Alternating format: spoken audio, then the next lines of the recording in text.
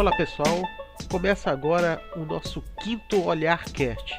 Então, como faz muito tempo que nós não fazemos um Olhar Cast, resolvemos dessa vez falar sobre quadrinhos, que é um tema mais leve, muitas vezes apaixonante. Os quadrinhos, o mercado e o politicamente correto.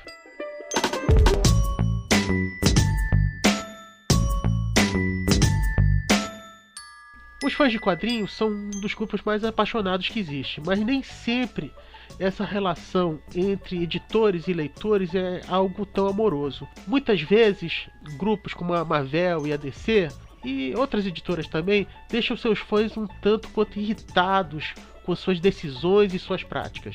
Porque ainda que os quadrinhos, assim como o cinema e as novelas, sejam até uma espécie de espelho da sociedade, e ainda que as suas histórias não mudem necessariamente a cabeça das pessoas, essas histórias podem ser usadas para passar uma mensagem sobre ética, moral, sucesso, tolerância, o que seja. Pessoal, estamos aqui com o Rodrigo Moura. Oi, eu sou o Rodrigo Moura e eu já tentei ter uma história em quadrinhos. Hélio Sampaio. Aqui é Hélio Sampaio, escritor e um amante dos quadrinhos. Aqui é Gerson Sabá e este é o Olhar Cast, o podcast do site Olhar Crítico. As editoras, cada dia, estão fazendo reboots dos seus personagens, né? Fazendo grandes sagas e estão criando novos personagens em cima ou substituindo personagens que já existem. O Homem de Ferro agora tem uma Menina de Ferro. O Thor agora tem uma Mulher Thor. Então essa diversidade que eles estão criando, ela é válida. O politicamente correto tá certo em influenciar os quadrinhos? Olha, se tá certo ou tá errado, eu acho que não é a melhor pergunta. Quadrinhos são um reflexo da sua época. Tipo, os quadrinhos dos anos 30, 40 eram totalmente infantis, assim, tipo, o Superman e a Peppa, mesma coisa. E os quadrinhos foram amadurecendo junto com seus leitores. O super-herói, ele é o deus grego de hoje em dia, né? Deus nórdico de hoje em dia. É aquele panteão que você não acredita que ele existe, mas você tem nele uma lição. O quadrinho é uma mitologia também. O quadrinho ele é totalmente mitologia. A diferença é que você não idolatra os personagens em quadrinhos. Você sabe que eles são só ficção. Se a gente colocar um paralelo, nós temos sim uma idolatria, mas para os super-heróis. Não, hoje ninguém chega em casa e faz um altar pro super-homem, ajoelha e fala: por favor, super-homem, abençoa a minha colheita, que você é fazendeiro, eu sou também. Nós temos pessoas fazendo cirurgias para se parecerem com o super-homem. Isso aí, mas tem a ver com estético. As pessoas tentam parecer artista. Isso também é um extremo, né? Isso é um extremo, não é o comum. Cara, e sempre vai ter idiota. Sempre vai ter um idiota. Sempre vai ter um idiota, né? Eu me lembro que uma vez aquele Conjunto Kiss, um dos fãs pegou e desenhou o rosto dos quatro, né? O cara tatuou a camisa do Flamengo, brother. Assim. Exatamente. Então, quando foi perguntar lá pra um dos integrantes do Kiss o que ele achava disso, a gente nunca incentivou um negócio desse. A gente acha que nem o idiota. Os quadrinhos não são uma religião, que nem os deuses nórdicos ou gregos ou romanos eram. É isso que eu quis dizer. Os quadrinhos, eles refletem o que a sociedade enxerga. Tanto que o Thor dos quadrinhos tem nada a ver com o Thor da mitologia nórdica e tal. Absolutamente nada a ver. É outro personagem, só tem o nome. A gente está vivendo hoje, né, esse mundo politicamente correto, etc. Né? E os quadrinhos refletem isso, participam disso, faz parte, entende? O mundo está passando por isso. A importância, seja pro bem ou pro mal, né, o que vem depois. Porque o cara que é adulto, ele vai ler o quadrinho lá da menina Thor e vai falar: que mongol, que legal, gostei ou não gostei. Mas ele não vai, se influenciar por aquilo. Ele não vai agir diferente, pensar diferente por causa daquilo. Mas um molequinho que, tá tendo o primeiro contato dele com os super-heróis, primeiro contato dele com esse universo, ele vai ver a mulher Thor e fala: tem uma mulher poderosa pra cacete. Eu não acho que ele vai ter esse preciosismo. O Thor não pode ser mulher. Porque aquele é o único Thor que ele conhece. Ele também só vai gostar daquilo que ele entende, daquilo que ele tá vivendo, né? Então, aquela Thor é a única Thor que ele conhece. Então eu não vejo mal. Eu realmente não acho que os quadrinhos têm o poder de influenciar e mudar os adultos. A garota Marvel ser muçulmana é muito mais pra influenciar os molequinhos que estão descobrindo agora esse universo dos quadrinhos. Estão formando opinião ainda, estão exatamente. Aprendendo a ter opinião. Exatamente, é por aí mesmo. Claro que o quadrinho realmente é um reflexo da sociedade. Para quem vai começar, as crianças que vão começar a ler o quadrinho, tem que refletir a sociedade que elas vivem. Senão eles vão escrever só para os velhos, só para o pessoal lá dos anos 70, 60, né? Que já nem gasta mais dinheiro com isso, que já espera sair o encadernado no final do ano e compra a saga que ele gosta. Exatamente. Quantos muçulmanos tem nos Estados Unidos hoje? Alguns Sabe? não. É uma fatia de mercado você vender uma parada para eles se identificarem. Quantas vezes você vê, sei lá, cosplay de pessoas de uma etnia fazendo cosplay de gente branca, porque tipo, não tem representante da etnia deles. Eu acho maneiro que agora tem. Mais do que isso, também é mostrar para as outras pessoas que o muçulmano, ele não come criancinha, né? Porque ele também é... Bom, na verdade come, né? Porque porque ele é permitido casar com criança em alguns lugares. Piada negra. Politicamente correto. Agora não entrem. Eu não sou politicamente correto, não, cara. Eu vim aqui pra destruir. Eu não vim pra apaziguar, não.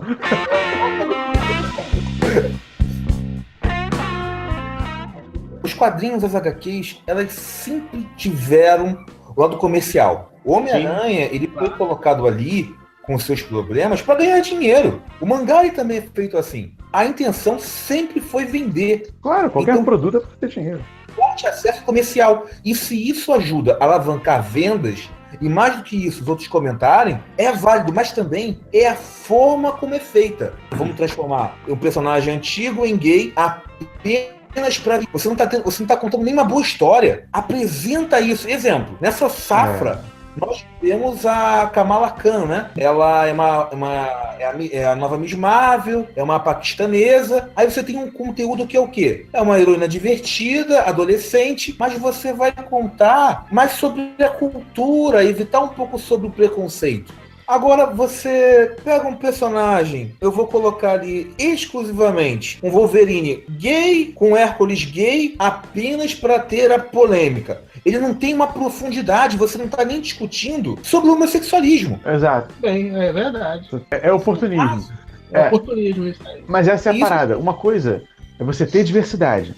E é o que você falou, como você faz isso. O problema de como a Marvel faz é que eu acho que é o mesmo preconceito, né? Tipo, tem gente que acha que o sistema de cotas é preconceituoso, que fala que o negro é burro pra passar sozinho. Se você pegar esse pensamento e tomar ele como verdade, o que a Marvel faz é a mesma coisa. Um menino negro não vai conseguir vender revista por si só. Então eu vou pegar emprestado o manto do Homem-Aranha. E aí, se ele for Homem-Aranha que é branco, aí ele vende. Em vez de pegar um personagem negro, do zero, que sempre foi negro, e ele ser simplesmente ótimo. E ele ser tão bom que as pessoas vão ler a revista dele. O último que nós tivemos um personagem negro que foi feito do zero, posso estar falando besteira, mas eu acho que foi o Spawn. O Spawn, não sei, cara. Não, o Spawn ele é muito velho.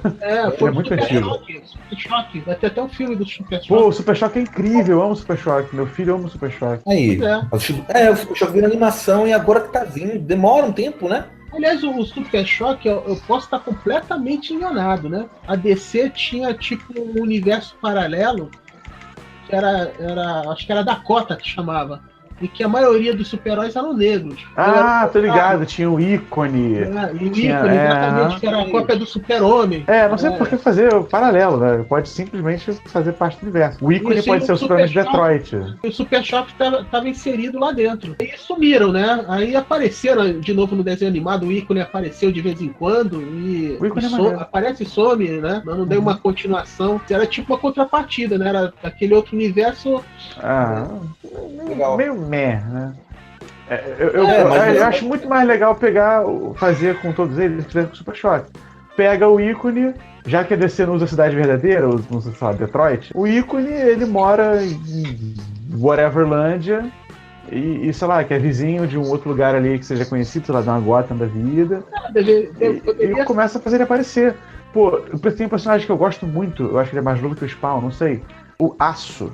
De quando o Superman morreu. Sim. Pô, o Aço ele é irado. O Aço, ele é um engenheiro bolado, cara, tipo, inteligente pra cacete. Ele não é um jogador de basquete, sacou? O cara é um engenheiro que desenvolve arma. E um dia falou, brother, assim, eu tô ferrando aqui o lugar onde eu moro com as minhas armas, eu vou tirar tudo de circulação, parar de trabalhar com isso. Basicamente, né, o plot que usaram no filme do Homem de Ferro. Eu acho o Aço muito maneiro. Ele vinha com aquele martelo, né? Uma marretão, ele é irado. Não, mas aí... Pois é, né, cara? Mas você está falando de filme de herói pré-X-Men. Filme de herói pré-X-Men era aquela merda lá. Pode falar palavrão aqui ou não? Pode. Pode. Então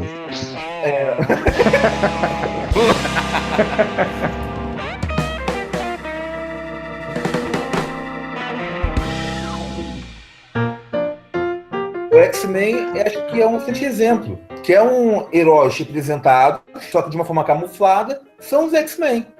Os X-Men é a plataforma perfeita para botar heróis de tudo quanto é etnia, gosto. Mas quando foi criado, os X-Men era para trás justamente do racismo, né? Toda aquela eles já foram criados mesmo. Embora fossem quase todos brancos, né? Tirando a Aurora. Ela veio depois. Com um vídeo. Exatamente. O Ruivo também. Pássaro Trovejante caído, né?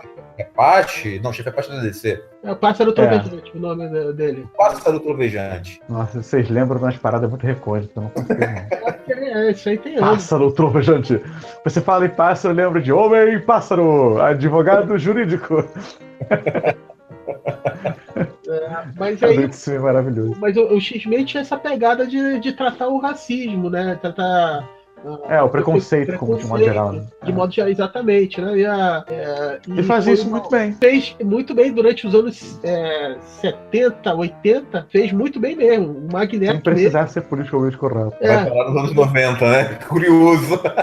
O Magneto mesmo era um sobrevivente no campo de concentração. Pô, irado isso. Pois é, então foi uma história bem fechada, né? O X-Men. Talvez se prejudique muito os quadrinhos, é isso também, que ao longo do tempo, passa 10, 20 anos, não dá pra manter a mesma estrutura, né, do que foi anos 70, tu botar nos anos 90. Isso é uma parada que os japoneses fazem bem, cara. As histórias deles têm começo, meio e fim. Agora tá ficando uma coisa mais durável. Temos vários reboots. Dragon Ball volta. E pra mim isso é exceção. O que eu entendo, né, de parada japonesa, é que os caras têm histórias começo, meio e fim, e aí depois, aquela mesma equipe, tipo, o mesmo escritor, sei lá, faz outra história, depois faz outra história. O que, eu acho que sempre devia ser. Digamos que um personagem desses aí que foi alterado, né, para atender, digamos, uma cota do politicamente correto, e ele não gera lucro financeiro. O que vai acontecer com ele? Ele vai cair no esquecimento, vou matar ele, que acontece... Vai pra gaveta. Ou pode matar também.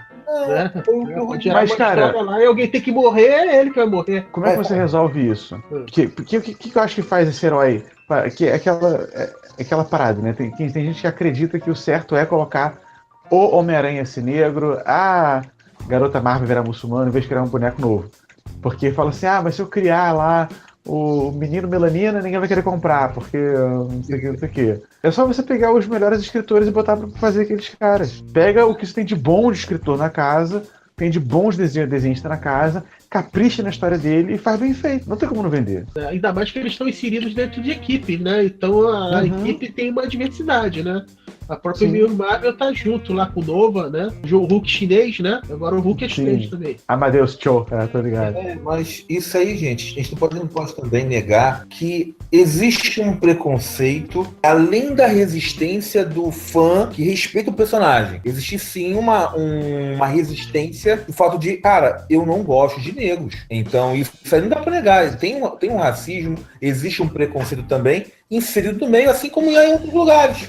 O preconceito é do ser humano também, né? Sim. A única coisa é que o teu preconceito não pode prejudicar os outros. Mas se o cara não quiser comprar a revista, tá no direito dele. Lógico. É a maneira das pessoas pararem de ter preconceito contra muçulmanos, os caras pararem de explodir gente. Pode ser também. Ou que os bons muçulmanos critiquem os maus, né? Porque geralmente não fazem pouco isso, né? Porque começa a excomungar os maus muçulmanos. Né? Exato. A Igreja Católica hoje reconhece as barbáries da Inquisição e fala que foi uma barbárie, foi uma época bosta. Tel Aviv, passou. Uns 3 séculos. Mas se você for esperar 3 séculos para alguma coisa...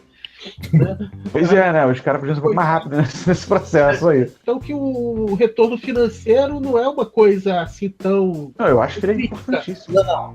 É importante, mas se você... Pra acabar com o personagem, que eu digo, pra matá-lo, pra... Matar, acho que não, porque tem herói tão bosta que fica voltando, tipo aquele Lanterna Verde de cabelo de cuia, aquele Guy Gardner. Ele voltou algumas vezes mesmo.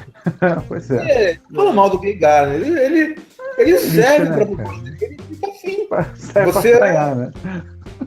Exato, você adora odiar ele, entende? Existe um público. Só que, pra começar, o Lanterna Verde, ele acha que ele compete com coisas de Robins, né? São muitos Lanternas Verdes. Tinha que fazer só um ou dois. Eu já acho que o Lanterna Verde, o Lau John Stewart, no desenho animado, ele serviu... É maravilhosa a participação dele lá naquele desenho. Sim. Só que ele é mais legal ele não funciona. Cara, entendeu? como é que eles vão se contentar com um Lanterna Verde se eles não contentam nem com as cores dos anéis?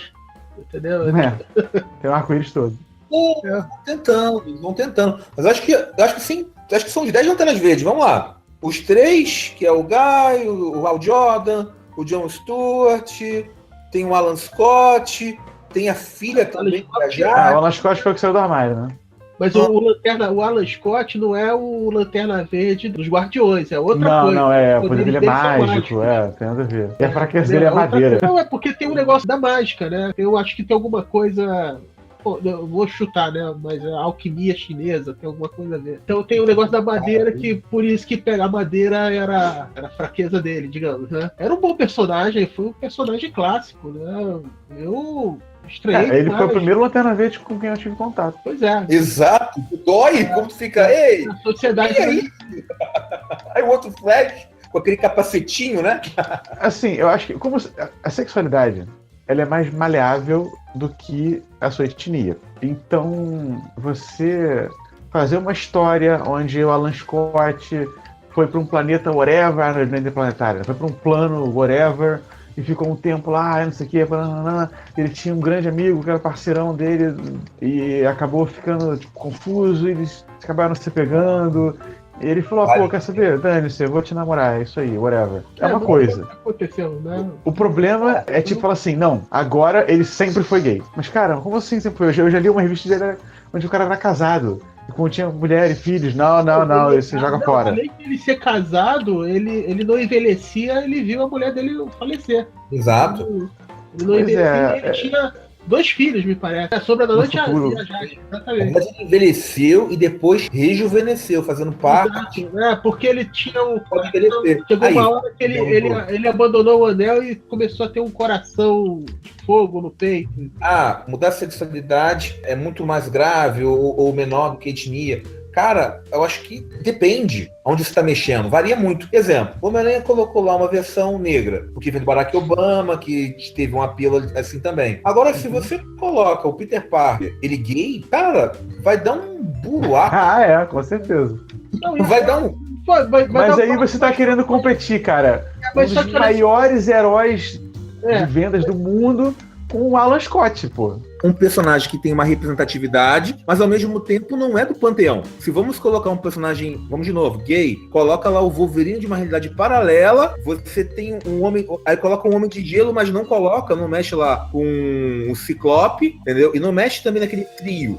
Mas não precisa disso, mas não precisa disso. O Wolverine tem filho, o filho dele podia ser gay, entendeu? Mas é mais fácil. Né? É mais fácil. Agora, o que eu quero dizer é o seguinte: o negócio é que você mexeu com o personagem, né? A questão não é que exista gay no quadrinho, ou que exista negro no quadrinho, ou existe um super-herói, um super-homem chinês que pegou o poder só porque entrou numa máquina e saiu de lá com superpoder. A questão é que ele pegou e modificou aquele herói que já está estabelecido. Aquele herói já tem sua legião de fãs, e não importa se é o Alan Scott ou se é o Homem-Aranha. Eles fazem isso, eu acho que é para chocar, para a pessoa procurar, para ver, é um lance comercial, para atender uma coisa politicamente correta, em vez de criar um personagem novo, entendeu? Que com um bom roteirista, com boas histórias, poderia também ser sucesso. Talvez algumas pessoas pudessem ter preconceito, mas muitas não terão. E se a história é boa, aquele cara que tem preconceito pode ser uma chance do cara até poder deixar de ter aquele a melhor arma é você ter o melhor arma é um bom roteiro. Exatamente, porque a fonte maior do preconceito é a falta de comunicação. Eu fico com o Rodrigo nessa. Mudar um antigo é mais difícil, o cara é xiita, acho que o Rodrigo tá certo, é pra nova geração. O cara vai ver lá, não conhece outro Thor pra comparar, vai ver uma Thor mulher, e caramba, eu tenho uma mulher que é foda. Aquele primeiro impacto do quadrinho que você ama, não sai. O quadrinho, cara, eu acho que o tempo é assim. Ele é feito pra dar um reboot a cada 10 anos. Então pega essa garotada que tá vendo o filme e já vai logo pras bancas, e essas modificações são pra eles, não pra nós. Desculpa, mas reboot é pra quê? É pra preguiçosos. Apagar tudo e começar de novo, né? E nem apagam tudo, tem realidade que eles continuam. É uma coisa de preguiçosos, né? Eu gosto como eles resolveram Homem-Aranha, cara. O Peter Parker é o Peter Parker, ele tá lá ainda. Não, se continua. você quer ele, tu vai lá e lê ele. E tem um moleque novo que pegou poderes parecidos. Cara, você é seu mentor. Eu acho super honesto isso. Também, é o que eu tô dizendo. É assim que eu acho que deveria ser, né? Porque você manteve o público do Homem-Aranha original e você criou uma nova legião pro outro Homem-Aranha. O Homem-Aranha antigo é o mentor do novo. Eu acho isso muito legal, acho bem bonito isso, na verdade.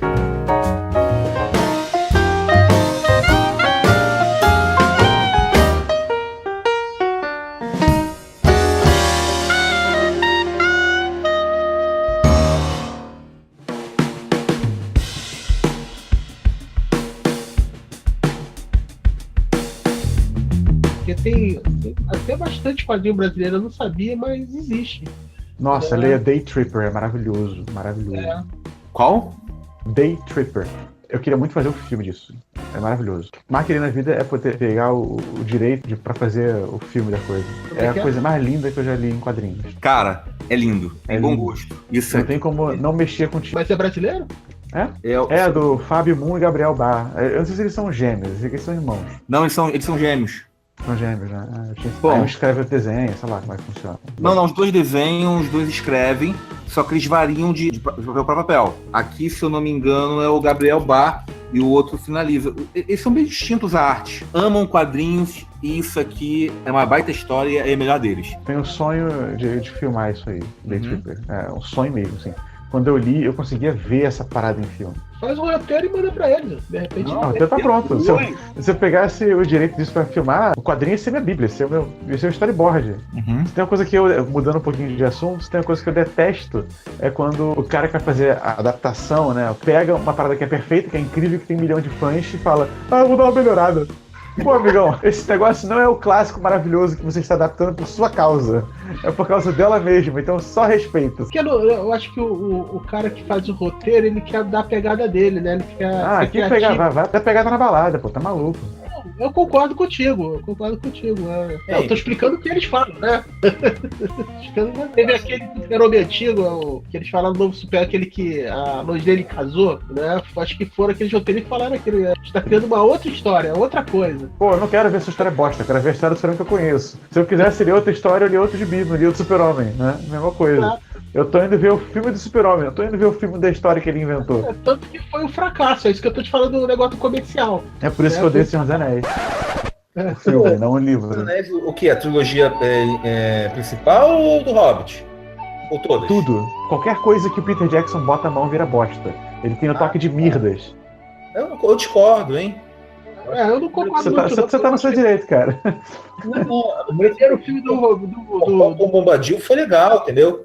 Foi muito temos defeitos. Não, o Tom Bombadil é o menor dos meus problemas. Pode matar o Tom Bombadil, tô nem aí. O problema não é o Tom Bombadil, não Tom Bombadil. O problema é todo o resto. O problema é você alterar a personalidade dos personagens e aquilo que eles significam. O Aragorn, ele é um cara bolado, ele é sinistro, ele é o último Duraden. Ele pega a Palantir, né, naquele momento onde ele se separa com o anão e com o elfo, ele pega a Palantir. O Gandalf ele fala, eu andei vendo aqui o número de série dessa Palantir aqui, essa aqui é de Gondor, então toma aí que ela é tua, teu rei de lá. Ele fala, valeu. Aí ele pega a Palantir, chama o Sauron e fala, amigão, eu tô indo aí, eu vou te meter a porrada. E acabou. E no filme, quando ele pega a Palantir, ele fica tipo, minha mão está queimando. Fala sério, irmão. No filme ele fica aquela coisa tipo, eu não sei, será que eu sou capaz? Será que eu consigo? Não sei se eu consigo. Meu irmão, eu tô agora cara. O Merry e o Pippin são gênios estrategistas. E no filme eles ficam 2 retardados mentais. Isso é verdade. É verdade. Sabe, você não pode pegar... você mexer um pouquinho na história. Vou tirar o Tom Bombadil, porque, porra, é uma barrigona mesmo, isso aqui. Vamos tirar o Glorfindel e dar uma moral aqui pra Liv Tyler, que ao final, ela é Liv Tyler. Aí, ok, porque você tá mexendo em algo que é muito menos sensível do que a personalidade, o caráter e a capacidade, a essência do personagem. Isso é imperdoável. Mexer no personagem é imperdoável. Tá bom, mas aí, você tá falando que é imperdoável aí nos quadrinhos. Não é imperdoável também? Acho também, por isso que você tem que ter um personagem novo. E não falar, agora, doravante, sou gay.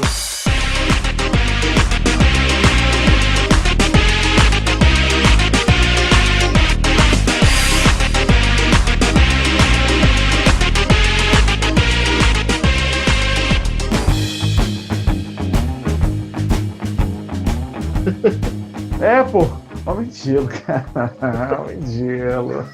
Não pode ser o personagem melhor, mas o que eu tô dizendo é o personagem tá aí há muitos anos, entendeu? Não, exatamente, cara. O que fizeram com o Homem de Gelo? Então, Homem de Gelo. ele viu uma versão mais nova dele que era gay, então ele pensou, pô, eu também sou? Agora, de repente, ele descobriu assim. Eu também sou. Isso foi engraçado. Ah, eu sou gay? Ah, então tá bom, então estou. Ah, tá, então tá. E eu acho que é desnecessário, porque já tinha personagens gays, por exemplo, no X-Men, era aquele Estrela Polar. Estrela Polar. Cara. Ah, eu não sei se seria maneiro, né? Mas, cara, o Pode crer, ele ainda é de gelo, né? Lá na Tropa Alpha, lá longe. Não, mas ele era do X-Men também, ele participou. Mas, gente, se não tinha, criava novo, cara. Criava novo. Bota a mulher que aí é mutante e tal, não sei o quê, pô, não, o cara é gay, aí o cara não é aceito, aí faz a problemática, pô, dentro da minoria lá que são os mutantes, os outros ficam sacaneando ele, rola lição de moral, pô, vocês sabem o que é preconceito, vocês vão fazer isso com um cara que é um de vocês. Tem tantas formas de fazer isso ficar bonito. Tem uma linha da DC que começou de novo, que tem um cara super poderoso, que é o Apollo. Né? E ele tem um parceiro dele que era o tipo. Apollo Authority, cara, que a DC comprou. Exatamente, que eles compraram, exatamente. Né? E que tem um parceiro dele que é a cópia do Batman. Qual é o nome dele? Entendeu? Meia-noite. Apollo e Meia-noite. Exatamente. E fizeram uma revista só dos dois. É muito legal, pô. Tem personagem que é drogado, os dois homossexuais, mas principalmente como super. O que o Alan Moore fez lá nos anos 80, os outros escritores do Ellis, entendeu? O Wade também, eles colocaram na verdade do século. Como que realmente super-heróis agem aqui. E coloca o pessoal afetando a economia. Tu vai concordar que um déspota, você salva o mundo e simplesmente um coreano vai tacar bomba? Não, você vai lá, pega o coreano, dá a porrada nele e fala, ó, se fizer tacar bomba, eu vou matar você. Que história é essa? Como é que chama essa história? Não conhece Authority? Não. Da DC? Fenomenal, pô. É da DC atualmente, mas era de um selo diferente. Ele coexiste com os heróis que a gente conhece? Então, agora coexiste. Agora, o tanto que o Caçador de Marte fez parte da equipe. Mas procura esse material aqui, que é o material que a DC ela comprou porque estava barato e também lima a concorrência. Comprei que estava barato. Exato. É igual o que fez com o Capitão Marvel. Isso é uma prática comum no capitalismo, isso. Tu compra as menores para nunca fazer concorrência antes que o outro compre. O que fizeram isso com Shazam, o Capitão Marvel. Na época, é que você tem que pensar, voltar pra época, né? Quando quadrinhos era coisa de criança mesmo, a ideia de você ter um super-herói que era uma criança, as crianças ficavam malucas, elas ficavam apaixonadas por essa ideia. Então, o Capitão Marvel começou a desbancar o Superman, que era e sempre foi, o herói dos heróis. E aí a DC falou, não, compra. E aí eles começaram... Calma, primeiro processaram a Fawcett, que era a editora do Capitão Marvel, Sim. porque estava copiando a ideia do Super-Homem. Aí a Fawcett não tinha dinheiro para pagar o processo, né? Porque foi assim que surgiu. A DC ganhou e não tinha dinheiro para pagar e deram um personagem pra DC. Nossa, mas eu acho que não tem nada a ver um personagem com o outro. Mas a DC... Pro processo tinha, porque é um cara super poderoso e não sei o que. Pô, boa! Tem 1 milhão. O cara não tem. A história dele é diferente, ele não tem visão disso, visão daquilo, sopro de não sei o quê. Tem nada a ver, cara. E é mágico, né? Ele usa magia. Taca raio, tem nada a ver. Aliás, é uma coisa até incoerente, né? Porque o Shazam são os deuses, né? Os poderes dele vêm dos deuses, né? A velocidade de Mercúrio. Parece, hein? O poder de Deus. Parece. Tem semelhança. É um cara forte que voa de capa, cara. Essa é a única semelhança.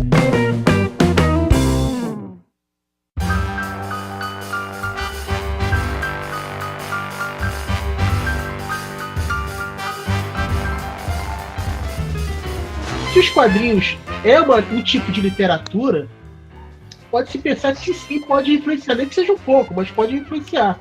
É a parada, você influenciar a geração que tá chegando. Né? Mas influenciar no termo dos valores, da ética, de moral, isso que eu tô falando, né? Influenciar a sociedade, sim, aquele cara que tá lendo uma revista e tem um super-herói negro, ele teria, em tese, menos preconceito quando crescesse. Ajuda. Então ajuda, exatamente, ajuda. Não é que isso seria um fator determinante, ele seria uma ajuda a isso. Qualquer coisa que modifica você, nem que seja um pouco, é válida. Quadrinhos não é uma literatura baixa, entendeu? De terceira categoria. Nem já pouco. conquistou o seu espaço com algumas histórias pertinentes. Já tivemos histórias maravilhosas. O Day Tripper é um excelente exemplo. Sim. Vai contar. Temos pílulas azuis que, caramba, me ensinou coisas sobre a AIDS. Deu informações novas. Que legal! É a forma como você apresenta. E a Marvel DC, às vezes, não tá tão errada, mas entretenimento, só por entretenimento, não cola. Se você vai fazer uma animação, as melhores animações, tem uma mensagem por trás. Você pega Os Incríveis, temos ali temos Mulan também, que fala sobre a mulher. Nós temos... Os Incríveis é uma história em família. Pô, Paz na Terra do Super-Homem, cara. Todo mundo que fala assim, não gosto de Superman, que ele é apelão.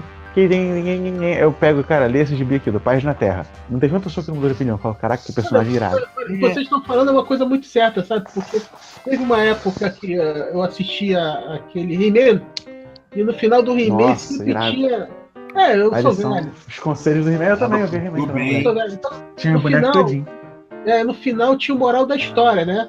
Entendeu? Eu achava aquilo ali de uma cafonice, de uma coisa... louca, pô, ele tá falando coisas óbvias. Não, calma, ele tava falando coisas óbvias pra mim.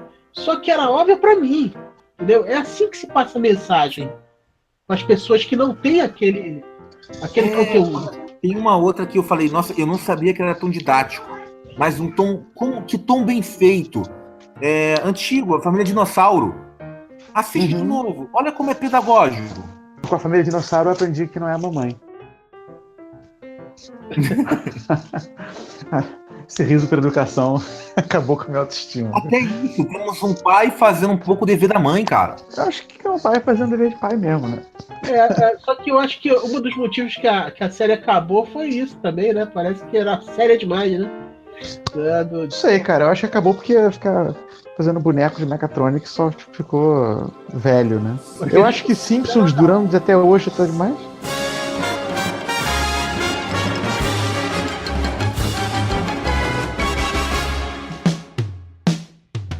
Os quadrinhos sempre foram.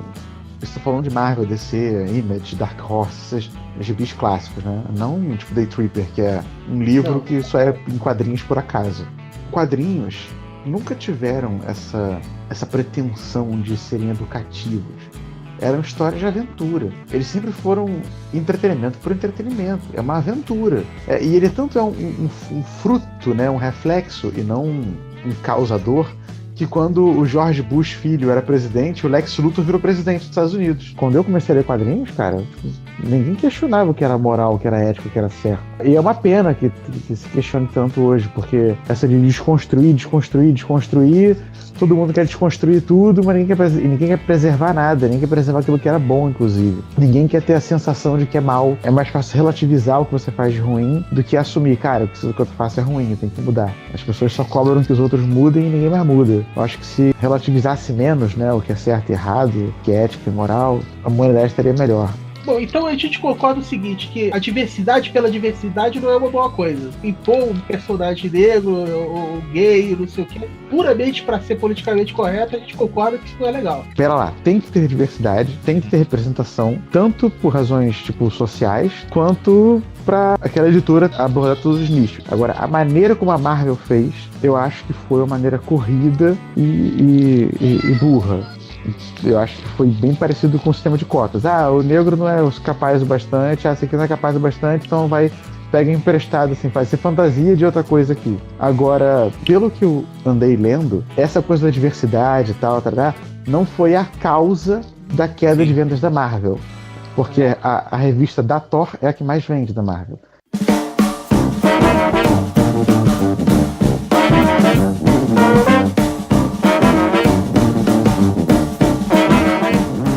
Obrigado pela audiência, eu sou o Gerson Sabá, eu agradeço aos meus companheiros Rodrigo Moura e Hélio Sampaio por estarem aqui comigo. E Hélio, tem mais alguma coisa para falar? Bom, Gerson, o tema foi muito assim gostoso de se comentar, e ao que você colocar, seja uma representação mais feminina ou um grupo mais heterogêneo, vai pela sexualidade, tem que ser feito com uma qualidade, mas você também não pode desconsiderar os leitores, o que eles realmente gostam de se ver. Não falo pelos espelhos, mas o que essas histórias vão trazer para ajudar a formação melhor, ele como humano e como leitor, e trazendo isso por diversão, além de tudo, um encanto. E você, Rodrigo? Concluindo, né, e resumindo, se for pra fazer como foi feito pelo Homem-Aranha, né, o Miles Morales, é bacana. Você mantém a continuidade da história e você apresenta um personagem novo. Embora eu ainda goste mais da ideia de um herói não precisar pegar carona em outro. E quando você pega um personagem e muda o que ele sempre foi, ignorando tudo que você já publicou sobre ele, aí eu acho mega caído. É importante implementar as novas noções, né, daquilo que é correto e aceitação, representatividade, mas ao mesmo tempo você não pode contar histórias ruins por causa disso, porque embora você tenha responsabilidade social, uma editora de quadrinhos é uma contadora de histórias, e prezar pela qualidade da história é o óbvio, o mínimo que ela tem que fazer.